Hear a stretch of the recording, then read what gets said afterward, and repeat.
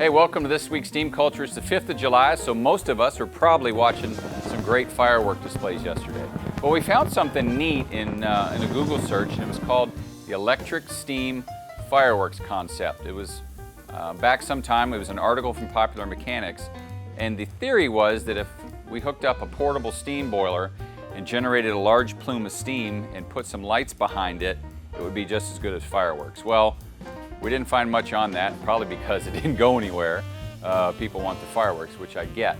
But I was Googling to try and get some more information, and I did find this. It's something called the Plume Project. In St. Paul, Minnesota, some artists are backlighting the steam plume that comes from the district steam plant. Now, of course, you have to do it at night or you wouldn't see it. But it's kind of cool. So we have some links in the video. You can see some footage here.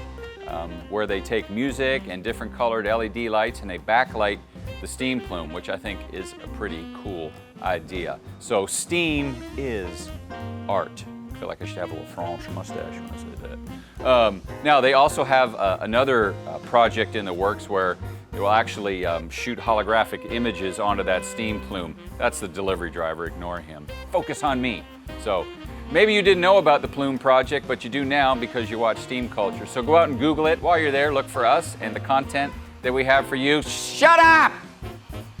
Momentary loss of control by me. I apologize for that. See you next week on Steam Culture, dude.